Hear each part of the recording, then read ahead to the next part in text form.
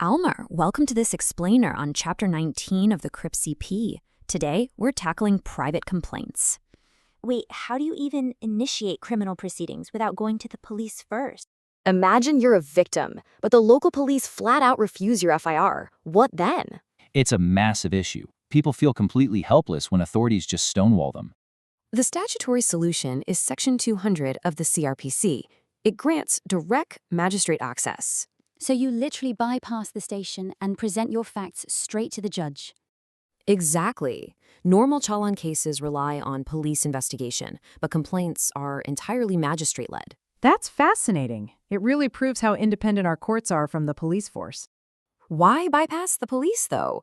Are there strategic reasons to choose this magistrate route? Absolutely. There are 4 main triggers where this becomes your very best legal option. First up, non-cognisable offenses. The police simply lack the statutory power to investigate these. So, filing directly under Section 200 keeps you in total control from day one. What if the police investigate but then file a B report to just close it? A private complaint directly overrides that police cancellation. You are never out of options. It's also for personal offenses between known parties or cases of suspected police bias. Bypassing a heavily biased precinct for the neutral ground of the court makes sense. Is there solid case law backing this total independence from the police's prior conclusions? Yes, Haji Ghulam Nabi. The Supreme Court ruled this route is a completely independent path.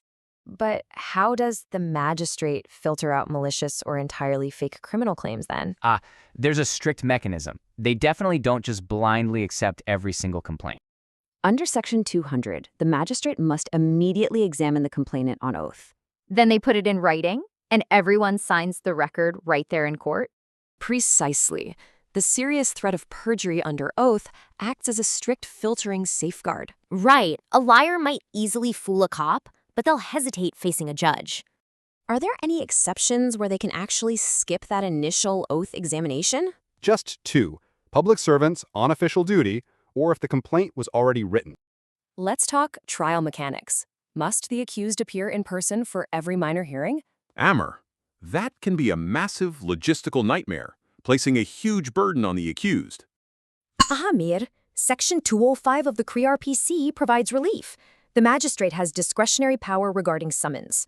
So they can legally dispense with personal attendance if there's a valid reasonable ground? Yes, in appropriate summons cases, the accused can bypass attendance and use an advocate. That procedural flexibility completely balances the scales of justice with everyday practical reality. If the state police aren't involved, who actually prosecutes this case in the courtroom?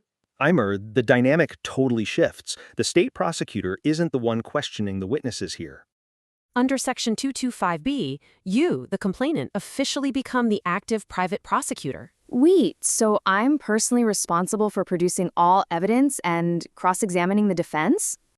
Exactly right. You have to diligently drive the prosecution's case forward at every step. That is a truly massive legal responsibility for an everyday citizen to take on. What happens if I just miss a scheduled hearing or abandon the case, though? That's the fatal risk.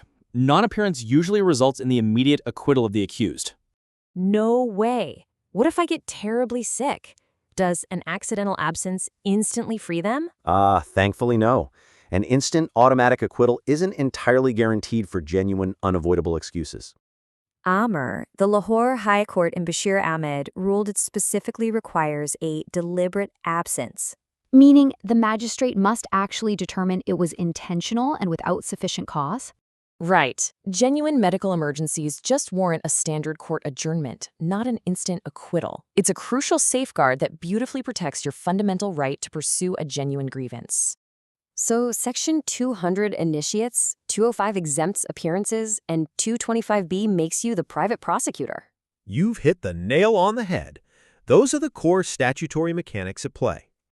Bypassing the police gives you absolute control, but you carry the heavy burden of proof. Bisma, is that immense power truly worth the fatal risk of absence? Choose your route carefully.